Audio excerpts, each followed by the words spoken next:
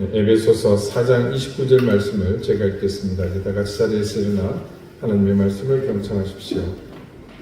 무릇 더러운 말은 너희 입 밖에도 내지 말고 오직 덕을 세우는 데 소용되는 대로 선한 말을 하여 듣는 자들에게 은혜를 끼치게 하라. 아멘. 자리에 앉으시기 바랍니다.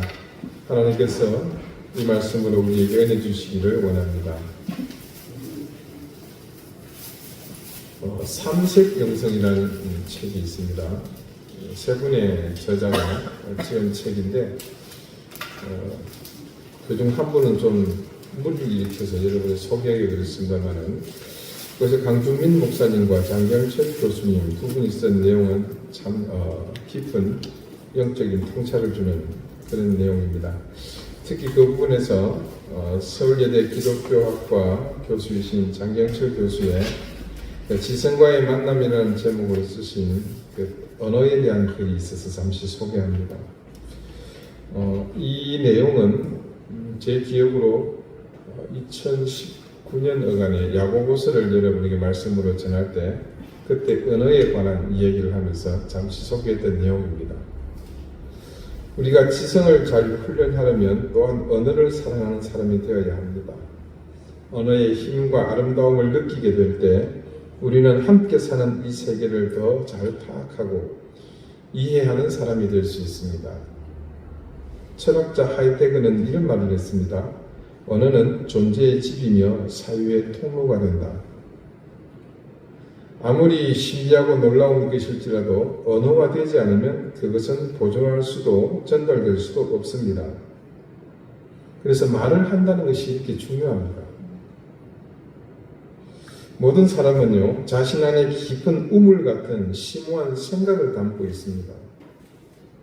여러분, 지나가다가 쟤는 이렇게 생각 없이 살아 하지만 그 사람의 내면에도 우리가 모르는 깊은 우물이 있습니다. 그런데 안타깝게도 많은 사람에겐 언어의 두레박이 없습니다. 뭡니까? 그 심연에 있는 그 언어를 길어 올릴 두레박이 없다는 거죠. 그 때문에 깊은 사유의 우물들을 길어내지 못하는 것입니다. 강의나 세미나 등을 통해 우리는 새로운 것을 얻는 것이 아닙니다. 그것은 사실상 이미 체험했던 것에 대한 언어를 선물로 받을 뿐입니다. 설교도 그런 의미에서 예외가 아닙니다. 누구나 한 번은 체험했을 법한 신앙의 수많은 경험 중 하나가 지금 저는 그것을 글로 적었고 이 글을 통해서 여러분에게 언어로 전달을 하는 겁니다. 그래서 그것이 말이 되어서 여러분에게 전해지는 것이죠. 가령 운동을 두고 생각해 봅시다. 처음에는 내가 운동을 하는 것 같아요. 그렇지만 사실은 운동이 운동하는 선수들을 쓰는 겁니다. 표현이 그렇습니다만 운동은요, 자신이 선수들을 고용함으로써 자신을 이렇게 전개를 하는 거예요. 그래서 여러분, 운동선수들은 끊임없이 바뀌죠. 나이가 들면 못합니다. 그렇지만 운동은 어떻습니까? 스스로 자신을 전개합니다. 언어도 마찬가지입니다. 언어가 선행적으로 존재하고 있다가 말을 잘 듣는 사람, 남의 얘기 잘 듣기 시작하는 사람이 있으면 그 사람을 고용하는 겁니다. 쓰는 겁니다. 그에게 자기 말을 주는 것이죠. 단어를 주고 문장을 주고 표현하는 것을 허락합니다. 그 언어가 그 사람 안에 머물게 합니다. 그러면서 그 사람을 숙성시키죠. 왜요? 가서 그것을 전달하는 사람이 되게 하려고요. 의미나 계시도 역시 마찬가지입니다. 그러니까 재능이 이기는 것이 아니라 결국은 성실이 이기는 겁니다. 업적이 이기는 것이 아니라 그것을 사랑하는 그 사랑이 이기는 겁니다. 그 언어와 의미의 매력에 빠져드는 사람이 이기는 겁니다. 그것 자체를 사랑해야 합니다. 불순한 동기는 생명이 오래가지 못합니다. 그 자체만 순전히 사랑하는 사람이 상대방의 반응이나 즉각적인 결실과 관계없이 먼 길을 끝까지 오르는 것입니다. 그러므로 언어 자체를 사랑해 보십시오. 그러면 언어를 통해 지성을 더욱 훈련하고 자라게 할 수 있습니다. 언어는 경험의 보존에 중요한 역할을 합니다. 경험하는 것이 모두 보존되는 것은 아니거든요. 그건 여러분이 잘 아시지 않습니까?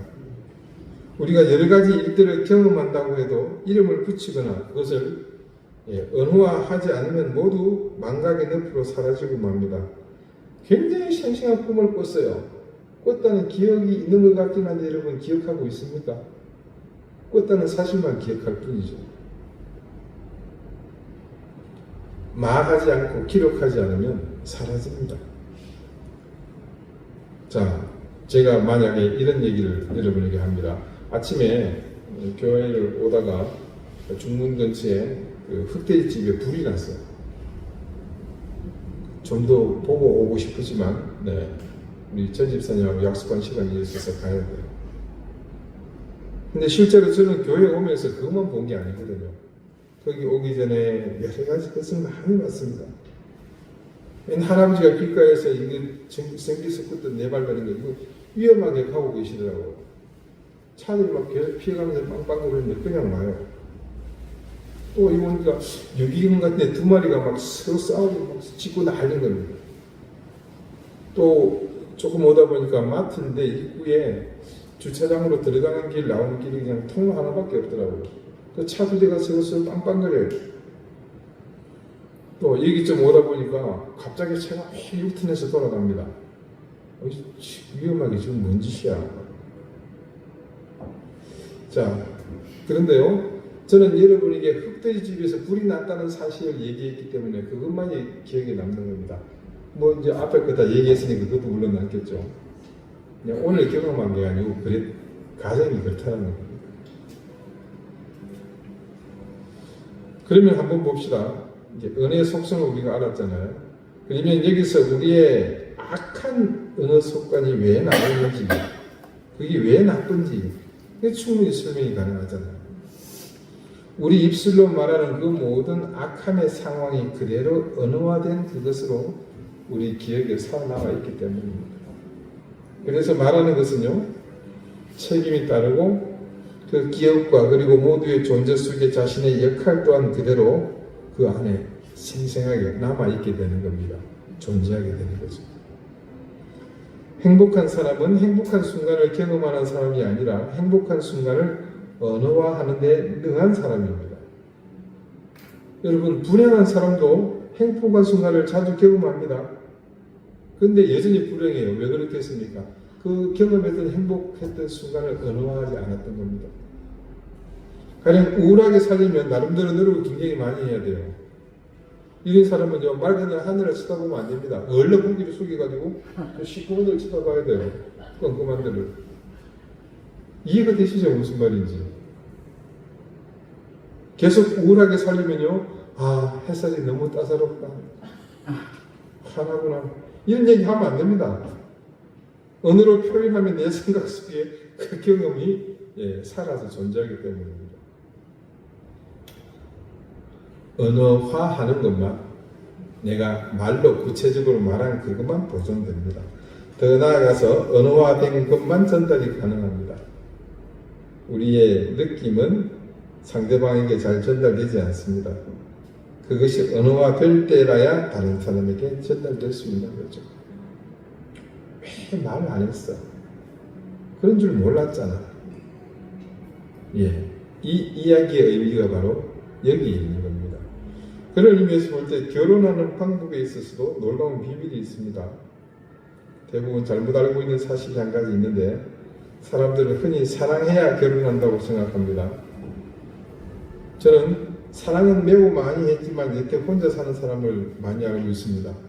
이 좀 이상한 얘기 같지만요, 사랑해야 결혼하는 게 아닙니다. 두 분이 서로 사랑해서 이 사람이 아니면 안 된다고 하면서 결혼했을 수도 있어요. 그렇지만 솔직히 다른 사람을 더 사랑했을 가능성도 얼마든지 있습니다. 그런데 결혼한 분들은요, 어떻게 하다가 지금의 배우자랑 결혼하게 된 겁니다. 이 어떻게 하다가 중요해요. 사랑 그거 아무리 많이 해도요, 이 어떻게 하다가 없으면 결혼 못합니다. 사랑하지 않았는데도 어떻게 하다가 된 사람은 결혼합니다. 부부들이 어떻게 하다가 결혼했느냐면 서로를 만나 마음에 들었을 뿐만 아니라 그 마음을 어떻게 해요? 언어로 고백했기 때문입니다. 좋은 느낌, 애타는 사랑의 마음, 불붙는 이 마음, 이런 것은 비를 만들지 못하는 구름 같아서요. 시간만 지나면 다 없어지고 맙니다. 아무 소용이 없다는 말이죠. 배우자에게는요, 언어화된 것만 전달될 뿐입니다. 간혹 직장에서 섭섭한 마음이 있을 수 있습니다. 사람이기 때문에 좋지 않거나 불편한 감정이 생길 수 있습니다.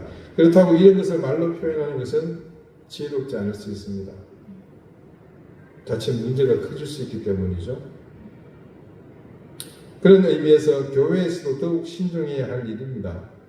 더군다나 사람은 순간의 감정에 의사를 결정하거나 판단할 때 비중을 더 많이 두는 그런 어리석음을 충분히 범하지 않습니까?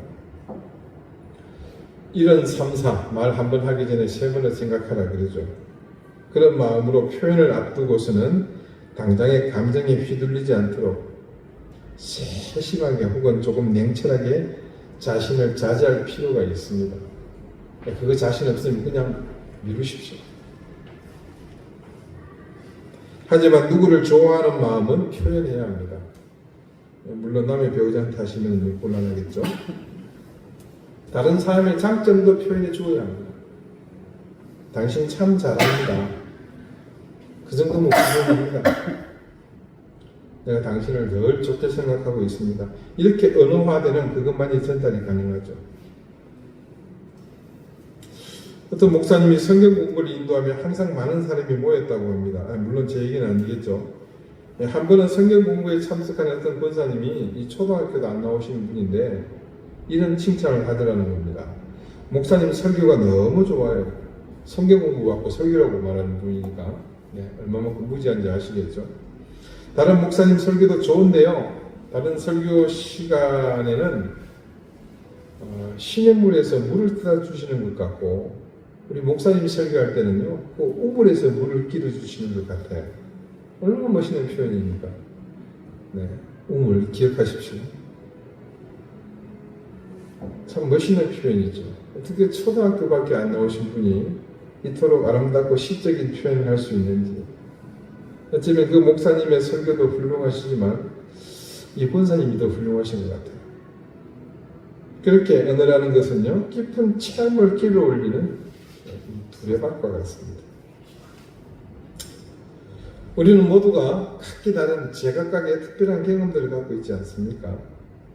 그것이 가슴 아픈 것일 수도 있고 은혜로운 것일 수도 있습니다.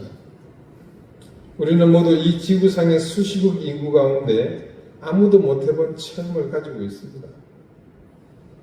다만 언어의 두레박이 없어서 아직 길을 올리지 못하고 있는 것 뿐이죠. 책을 읽고 또 강의를 듣고 설교를 듣고 하는 것도 다른 사람의 두레박을 통해서 내 안에 있는 것들을 끄집어내는 길을 올리는 그런 노력입니다. 그래서 우리의 언어는 하나님의 은혜에 상응하는 언어라야 합니다. 그런 언어를 가진 우리에게 역사하시는 하나님은 우리에게서 뭘 하시고자 하십니까? 그 은혜를 펼치시기를 원하십니다. 그래서 여러분 안에 있는 귀한 생각들, 여러분만의 그 심령 속에 깊은 곳에 가득한 그 맑은 생각들을 수시로 어디든 기록하십시오. 될 수 있는 한 가능한 한 많이 적어두십시오. 일기를 쓰시는 분을 일기에 적어두시고 성경책 여백에도 좋습니다. 찬송가에도 좋습니다. 주부에도 여백이 있으니 거기에 쓰십시오. 좀 더 노력하시는 것 이왕이면 편지로 쓴다면 더 좋을 겁니다. 누군가 대상이 있다면. 하다못해 요즘은 카톡이나 핸드폰에도 노트 기능이 있습니다. 자녀들에게 유산으로 물려준다고 생각하시고 세세히 적어두십시오. 자녀들이나 배우자에게 잔소리하는 대신에 아름다운 언어들을 사용해 봅시다. 그것은요, 두레박이 없지만 작은 바가지로 혹은 국자로 아니면 그보다 더 작은 숟가락이나 티스푼일지는 모르나 심령 속에 그 맑은 물들을 퍼올리는 그런 행위입니다. 그렇게 반복함으로 시간은 걸리겠지만 두레박이 할 일을 대신함으로 여러분의 삶이 그 내면 깊은 곳의 샘물로 가득 채워지게 될 것입니다. 여러분 인생의 궤적에 그 같은 말들이요, 그렇게 여러분의 마음을 담은 언어들이 차곡차곡 쌓인다고 생각해 보십시오. 여러분이 생각지도 못하는 순간, 어느 순간에 여러분을 둘러싸고 있는 여러분의 삶이 얼마나 아름답게 가꾸어져 있으며 이제 그 되돌아볼 여유조차 없던 여러분의 지나온 인생이 얼마나 의미 있게 성숙해져 있는지를 알게 될 것입니다. 그리고 더 중요한 것이 있죠. 여러분을 바라보는 사람들의 시선이 이전과 확연히 달라져 있는 것을 여러분이 직접 몸으로 또 마음으로 느낄 수 있을 것입니다. 자, 이 글을 다시 읽으면서요, 느끼게 된 것이 있습니다. 결국 나의 언어, 내가 사용해 온 말이 우리의 지금 인생을 만들어 온 중요한 핵심 중에 하나였다는 것입니다. 자, 여러분 아까 제가 일일이 기록하라 그랬죠. 여러분이 세상을 떠나고 난 뒤 여러분의 기록들을 바라본 여러분 자녀가 그 기록들을 통해서 여러분을 평가하게 될 겁니다. 그것들이 여러분 인생이 되는 거죠. 어쩌면 하나님은요, 우리 입술의 고백보다는 중심을 보시면서 우리를 인도해 주시려고 하십니다. 그런데 우리가 그 하나님의 손길을 거부하는 것은 아닌지 모르겠어요. 왜 그런 일이 나타나겠습니까? 우리가 하나님께서 우리 중심을 보시고 우리를 인도하시려는 그 삶보다 우리의 언어, 우리의 말을 통해 내 입술로 만들어가는 삶에 더 큰 비중을 두고서 살고 있기 때문이죠. 우리의 중심을 보시는 하나님께 이끌리는 삶, 내 말과 언어에 이끌리는 인생 중 어느 것이 더 행복하고 의미 있는 인생이며 삶인지는 제가 굳이 설명할 필요가 없죠. 그래서 사도 야고보가 예수님의 동생이죠. 이분이 말에 대해 우리에게 이런 교훈을 했습니다. 우리가 다 실수가 많으니 만일 말에 실수가 없는 자라면 곧 온전한 사람이라 능히 온몸도 굴려 씌우리라. 맞습니다. 우리가요 말에 실수가 잦아 온전한 사람으로 살지 못했습니다. 그래서 그 말의 실수가 우리의 온몸을 충분히 굴려 씌우고도 남을 정도입니다. 그럴 뿐만 아니라 말은 그 사람의 인생을 좌우하는 중요한 핵심이 됩니다. 가령 말은 재갈을 물려서 제어할 수 있죠. 손은 어떻게 합니까? 콧뚜레를 뚫습니다. 그 콧뚜레를 당기면 됩니다. 그렇게 제어가 가능하죠. 그런데 우리는 그렇게 우리 입술을 제어할 수가 없어요. 그러다 보니까 우리 인생은 내가 제어하지 못하는 그 입술이 내뱉는 말에 끌려다니는 인생이 되어야 했습니다. 아무리 큰 배라 하더라도 말입니다. 그 배는 키로 방향을 조정합니다. 우리 입술이 우리의 인생이라는 거대한 배의 키가 되더라는 겁니다. 그래서 그 거대한 우리 인생의 거함이 입술에 의해 좌지우지 그 방향이 조절되더라는 거죠. 아무리 큰 배라고 하더라도 그 배는 키에 의해서 방향이 조정됩니다. 배가 사공이 조종하는 키를 따라 움직이듯이 우리의 인생도 작은 키 같은 이 입술로 좌지우지되었다는 사실을 깨닫지 않습니까? 말의 힘은 정말 무섭습니다. 우리의 혀는요, 길에 세 치 겨우 넘기는 크기입니다. 한 치가 얼마 정도 되죠? 한 3cm 조금 넘죠. 한 요 정도입니다. 상당히 길다, 그죠? 하지만 그 혀의 힘은 놀랍습니다. 마치 작은 불씨가 온 산을 태우고 남듯이 말입니다. 누구나 한 번쯤은 경험해 보았을 겁니다. 비록 나이가 어릴지라도 한마디 말로 인해 얼마나 많은 분란을 일으켰는지를 말합니다. 어릴 적 말 한마디로 집안을 발칵 뒤집은 경험은 저만의 것은 아닐 겁니다. 요즘 보십시오.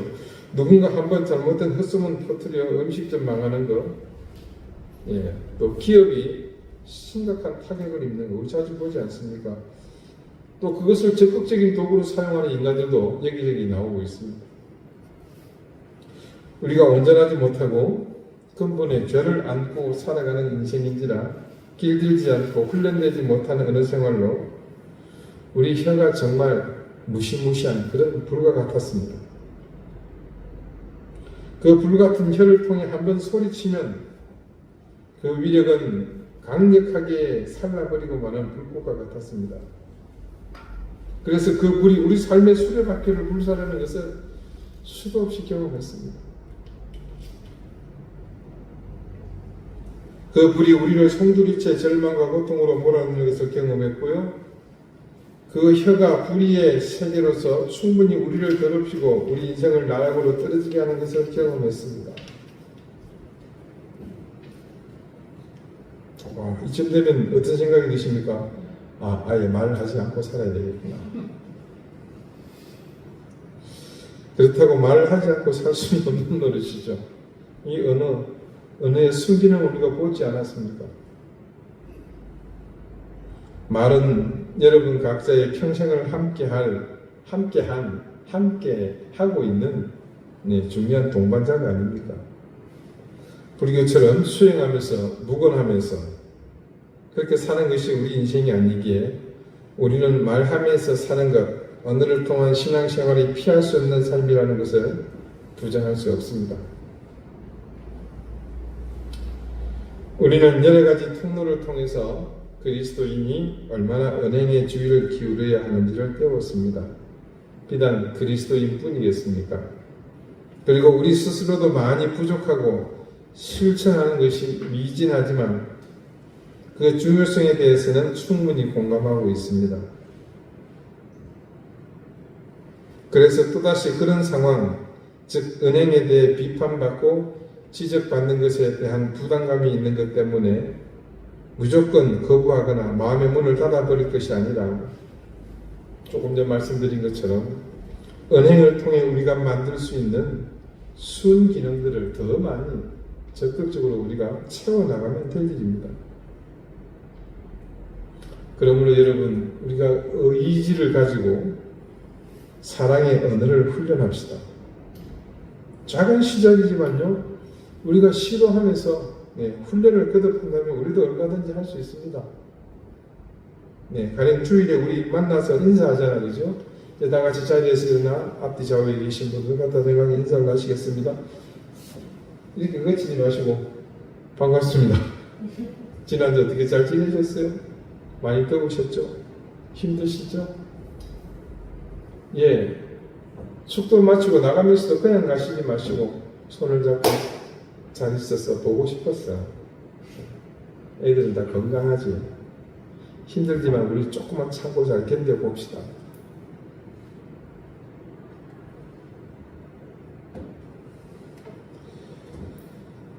우리가 덧붙일 수 있는 수많은 말들이 서로를 향한 관계 속에서, 경험 속에서, 상황 속에서 얼마든지 있을 수 있잖아요.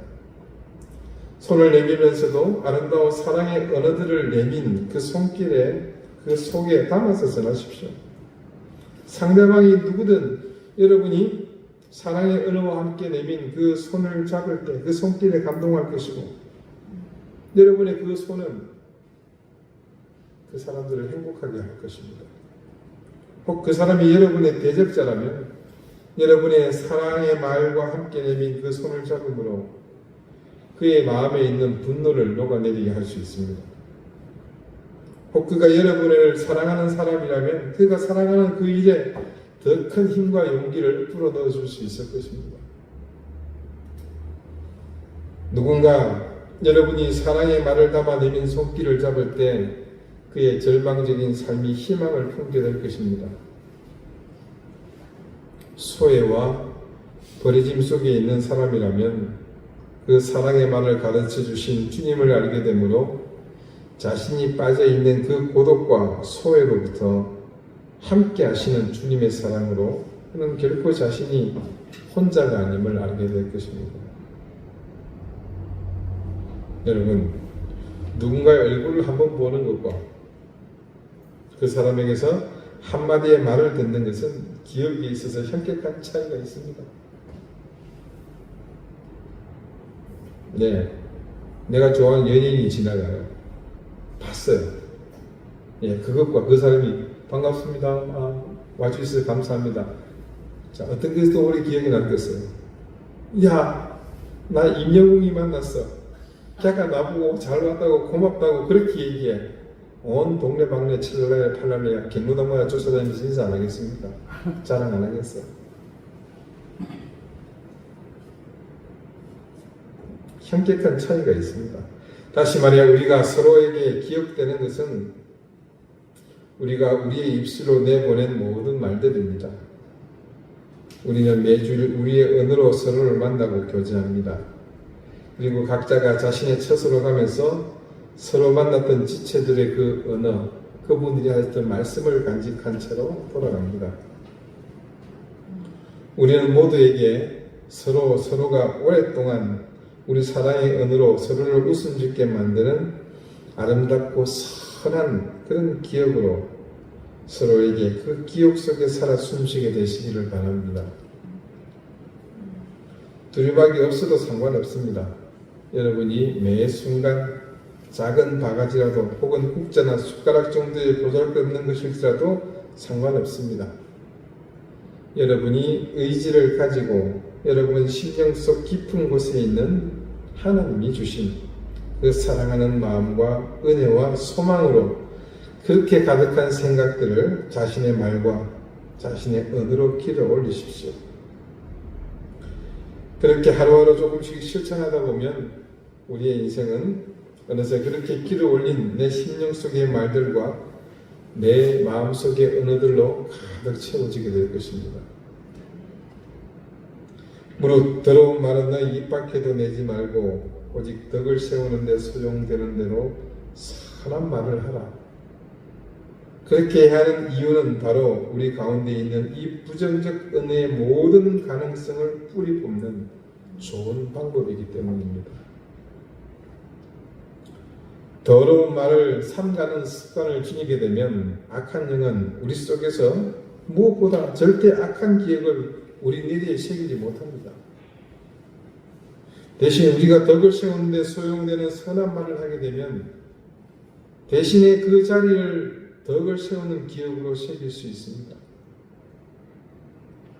더러운 말을 삼가면서 덕을 세우는 선한 말이 우리의 언어 생활을 지배하게 되면 그 언어의 긍정적 기능으로 인해 우리의 내면은 우리의 영혼은 마치 여명이 밝으며 이내 정오의 태양빛 아래 온 천하가 밝게 드러나는 것과 같은 하나님의 은혜가 충만한 삶을 만들어내게 됩니다.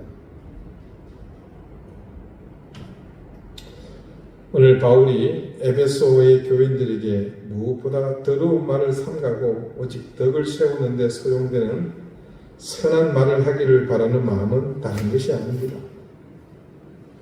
무엇보다도 바울은요, 교회 공동체 내에서 곧 교회된 우리가 서로서로 유기적인 관계를 든든하게 유지함으로 어떤 악한 공격에도 흔들림 없이 굳건하게 이 교회가 서기를 바라는 마음뿐입니다. 이는 성도를 온전하게 하여 봉사일을 하게 하며 그리스도의 몸을 세우려 하십니다. 예, 바울의 바람은 오직 이거 하나입니다. 이것을 깨뜨리는 것이 악한 영의 궁극적인 목적입니다. 근데 여러분, 이것을 깨뜨리는 가장 효과적인 방법이 무엇인지 아십니까? 더러운 말로 우리를 더럽히면서 나아가 서로를 향해 그 더러운 말로 그 언어로 서로를 공격하게 하는 겁니다. 이 효과는요, 2000년 교회 역사를 통틀어서 철저하게 검증된 방법입니다.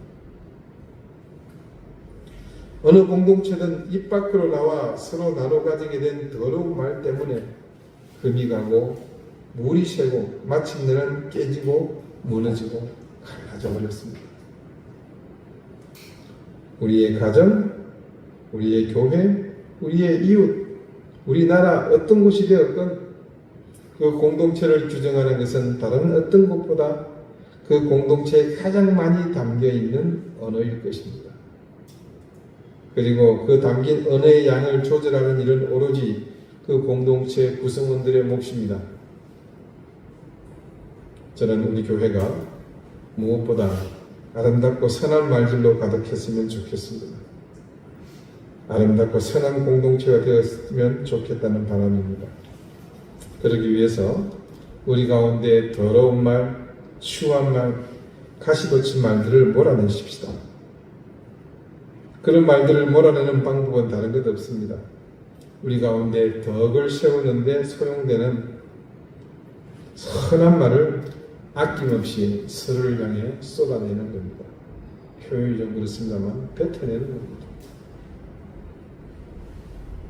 길지 않은 인생, 더군다나 우리가 같은 공동체로 같은 교회를 이루면서 살아갈 날이 우리에게 또 얼마나 허락되었겠습니까? 벌써 많은 분들이 떠나가셨잖아요. 그분들이 함께 있을 때 더 좋은 관계를 유지할 것, 더 사랑하고 더 깊이 유지할 것, 그런 후회가 남지 않습니까? 그 소중하고도 귀한 시간, 우리가 할 수 있는 최선의 것이 있다면 과연 그것이 무엇이겠습니까? 서로 사랑하며 서로 세우며 보듬고 아끼며 섬기는 것, 우리가 할 수 있는 귀하고 소중한 일들이 많습니다. 그러나 그 모든 것을 함께함에 있어서 가장 우선해야 할 것은 다른 무엇도 아닌 더러운 말을 우리에게서 제하는 것입니다. 그리고 그렇게 제하고 난 빈자리에 오직 덕을 세우는 데 소용되는 선한 말들, 사랑의 언어들, 아름다운 말들을 채우십시다. 그렇게 우리가 더러운 말이 아닌 아름답고 사랑스러운 말들, 오직 덕을 세우는 데 소용되는 선한 말들로 채워지게 되면 우리는 온전한 그리스도의 몸을 이루는 거룩한 그런 교회가 될 것입니다. 기도드리시겠습니다. 하나님, 말은 우리 인생의 가장 중요한 도구이며 우리를 이끄는 가장 크고 분명한 힘이 됨을 깨닫습니다. 이제껏 우리 심령의 깊은 곳에 있는 하나님을 향한 사랑과 은혜는 우리의 은행으로 만들어진 인생의 힘에 밀려서 하나님이 이끄시는 나의 인생보다 더 못한 죄의 힘에 눌려 살았습니다. 이제는 우리가 사랑의 언어로 말하게 하시고 아름다운 언어로 내 삶의 중요한 도구인 언어를 더 많이 사용하게 해주십시오. 그래서 우리의 입술로 더 많은 죄를 짓기 전에 더 많이 선한 도구로 우리의 입술을 사용하게 하시고 그렇게 우리의 언어 생활을 실수와 실패의 도구가 아닌 선하고 아름다운 생명의 도구로 사용하게 해주십시오. 우리 사랑하는 이런 교회의 교우들은 매 순간 서로에게 이 사랑의 은행들이 쉼없이 이루어지게 하셔서 악한 생각과 불의의 시도가 틈타지 못하게 하시고 우리 가운데 온전한 하나님의 나라와 이루어지게 하시며 은혜와 사랑의 역사가 화수분처럼 일어나게 해 주십시오. 예수 그리스도 이름으로 기도드립니다. 아멘.